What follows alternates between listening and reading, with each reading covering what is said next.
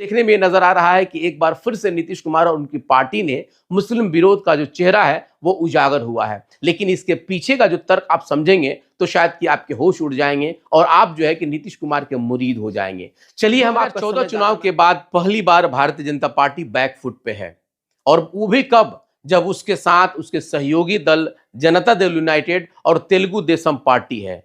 उस वक्त जब भारतीय जनता पार्टी 40 सांसद हैं और वो बहुमत में आकर के सरकार बनाई है। लेकिन ये पहले ऐसे मौके मिले हैं खास करके जनता दल यूनाइटेड को, जो भारतीय जनता पार्टी को सबक सिखाने का उन्होंने काम नीतीश कुमार ने अपने देखा जाए तो उन्होंने चला, जिससे उनका काम भी हो गया और उनका नाम भी हो गया। यानी कि उन्होंने गठबंधन धर्म का पालन भी कर लिया और बिहार में राजनीति में आने का एक मौका भी उन्होंने दे दिया कि जो 2025 में जो बैठे बिठाए राजद को मुद्दा मिलने वाला था, उस मुद्दा से उन्होंने उसको वंचित किया। 2014 चुनाव के बाद पहली बार भारतीय जनता पार्टी बैकफुट पे है, और वो भी कब, जब उसके साथ उसके सहयोगी दल जनता दल यूनाइटेड और तेलुगु देशम पार्टी है। उस वक्त जब भारतीय जनता पार्टी का अकेले 240 सांसद हैं और वो बहुमत में आकर के सरकार बनाई है।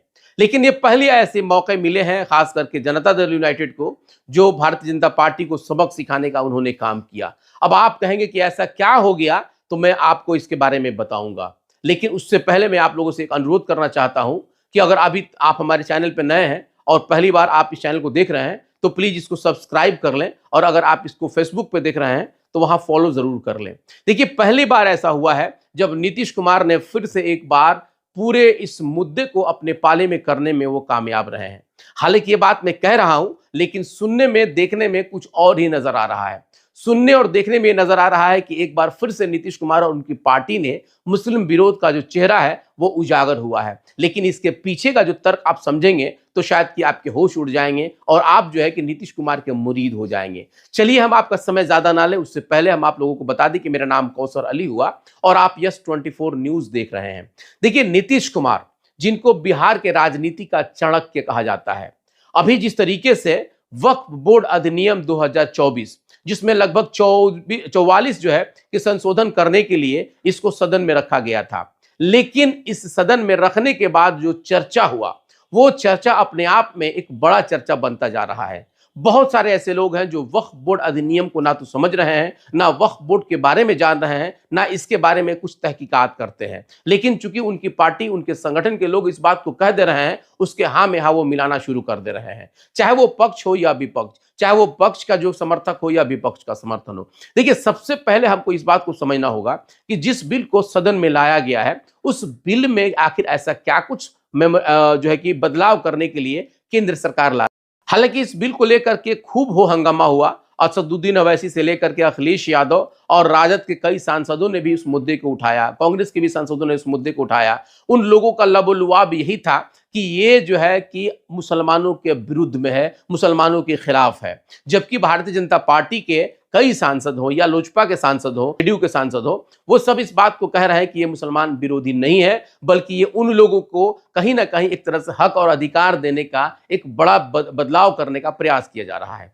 सबसे पहले हमें समझना होगा कि वक्फ बोर्ड है क्या। देखिए, वक्फ बोर्ड सेंट्रल वक्फ काउंसिल, जो कि एक भारत की वैधानिक निकाय है, जो वक्फ अधिनियम 1995 के तहत एक उपधारा है, और ये अधिनियम जो है कि भारत सरकार के द्वारा संचालित किया जाता है, जिसमें अगर देखा जाए तो इसके पार्ट, यानी कि इसमें जिन लोगों को रखा जाता है उसमें मुस्लिम अधिवक्ता रखा जाता है, मुस्लिम स्कॉलर रखे जाते हैं, और जो लोग भी नुमाइंदा, यानी कि जो एमपी हो या राज्यसभा हो या विधायक हो, उन लोगों को इसका मेंबर बनाया जाता है। इसमें जिस तरीके से कहा जाता है कि मुस्लिम वक्फ बोर्ड, यानी कि जिस तरीके से वक्फ बोर्ड है ये, उसमें जितने भी मुस्लिम जो बड़े जो पैसे वाले लोग होते हैं, जिनके पास अथाह संपत्ति होता है, चल हो या अचल संपत्ति हो, वो लोग संपत्ति को अपना दान करते हैं। और वो इसलिए इसमें दान करते हैं ताकि वो अल्लाह के राह में, यानी कि दीनी राह में खर्च किया जाए, जिसमें देखा जाए तो मस्जिद, मदरसा या रैन बसेरा या मुस्लिमों के उत्थान के लिए कुछ काम किए जाते हैं। यही वक्फ बोर्ड का काम होता है। वक्फ बोर्ड की संपत्ति के बारे में बताया जाता है कि रेलवे और सेना के बाद अगर किसी के पास ज्यादा जो जमीन है तो वह वक्फ बोर्ड ही। बिल्कुल, ये चूँकि वक्फ बोर्ड की बात की जा रही है। हालाँकि इसको मैंने संक्षिप्त में करने का प्रयास किया, चूँकि अगर हम उसको विस्तार से बात करेंगे तो ये लंबा वीडियो हो सकता है। लेकिन जिस प्रकार से अब एक राजनीति खेली जा रही है, जिसमें ये कहा जा रहा है कि जनता दल यूनाइटेड चूँकि फिर से एक बार मुस्लिम जो है कि विरोध अपना चेहरा दिखा दिया। चूँकि पहली बार जब देखा गया था कि भारतीय जनता पार्टी के सरकार में सत्ता में ये सब लोग जब थे, जब इनकी अलायंस थी, उस वक़्त जो है कि धारा 370 और 3 तलाक और एनआरसी और सीए के मुद्दे पे भी जनता दल यूनाइटेड ने केंद्र सरकार के साथ अपना सहयोग दिया था। यानी कि उस वक्त भी बिल पारित में इसने भारतीय जनता पार्टी का साथ दिया था। एक बार फिर एक लंबे अरसे के बाद जब मौका मिला तो जनता दल यूनाइटेड ने अपना जो है कि मुस्लिम विरोध का चेहरा दिखा दिया, यानी कि वक्फ बोर्ड अधिनियम जो संशोधन हो रहा था उसमें समर्थन दे करके। जबकि बात कुछ और है। देखिए, एक बात आपको समझना होगा कि जिस दिन बिल पे चर्चा हो रहा था, सदन में चर्चा हो रहा था, उस दिन पुरजोर तरीके से राजीव रंजन उर्फ लल्लन सिंह ने अपनी बातों को बेबाकी से रखा। वो खूब तर्क भी दिए और उन्होंने साफ तौर पे कहा कि ये मुस्लिम विरोध बिल्कुल भी नहीं है और ना ही किसी के मस्जिद और ना ही किसी के मदरसे को छीना जा रहा है, बल्कि इसमें संशोधन करके उन लोगों को इसमें शामिल किया जा रहा है जो लोग अभी तक इससे वंचित थे। ठीक यही बात चिराग पासवान भी कह रहे थे, लेकिन चेहरे का जिस तरीके से हाव भाव था उससे ये अंदाजा लग रहा था कि कहीं ना कहीं ये लोग भारतीय जनता पार्टी की भाषा को बोल रहे हैं। लोगों को इस बात को लग रहा था। अब दूसरी तरफ राजद भी इस बात को भुनाने में वो बिल्कुल कोई कोर कसर नहीं छोड़ रही है। राजद भी चाहती है कि ये चीज दिखा दिया जाए कि बिहार में जिस तरीके से जनता दल यूनाइटेड मुस्लिम पक्ष की बात करती है, लेकिन केंद्र में जाने के बाद उसका चेहरा कुछ और हो जाता है। और ये पहली बार नहीं है, वो लोग गिनती गिना रहे हैं, चाहे वो 3 तलाक का मामला हो या 370 का मामला हो या एनआरसी और सीए का मामला हो। एक बार फिर से मुस्लिम समाज को ये लग रहा है कि वो लोग जो है कि जनता दल यूनाइटेड के द्वारा ठगे जा रहे हैं, जबकि सच्चाई कुछ और है। जिस वक्त सदन में बहस चल रही थी, राजीव रंजन उर्फ लल्लन सिंह सदन में बहस कर रहे थे, उसी वक्त नीतीश कुमार अपने कई ऐसे नेताओं के साथ, जो मुस्लिम नेता थे, जिनके साथ वो सीएम आवास में बैठ करके और उनके साथ वो मंत्रणा कर रहे थे। वो इस बात को समझ रहे थे कि आखिर ये बिल जो है कि मुस्लिम विरोध कैसे हो सकता है, उसकी बारीकियों को समझ रहे थे और अपने पूर्व सांसद, पूर्व विधायक और कई वर्तमान के विधायकों के साथ, कई एमएलसी भी उनके साथ मौजूद थे और उस पे वो बारीकी से अपनी बात को समझ रहे थे। और जब उनको ये बात समझ में आ गया कि कुछ ऐसे अमेंडमेंट इसमें हो सकते हैं जो आने वाले समय में इस पूरे संगठन पे सवाल या निशान खड़ा कर देगा, इतना इस बात को समझना था कि उन्होंने वहीं से इशारा किया और ये बिल पारित होने से पहले जेपीसी के हवाले कर दिया गया। यानी कि ज्वाइंट पार्लियामेंट्री कमेटी को दे दिया गया और ज्वाइंट पार्लियामेंट्री कमेटी जो है कि अब इसके ऊपर विचार विमर्श करेगी। यानी कि इसको सिरे से जो है कि अब दिखा जाएगा और उसके बाद इसको ठंडे बस्ते में डालने का प्रयास किया गया।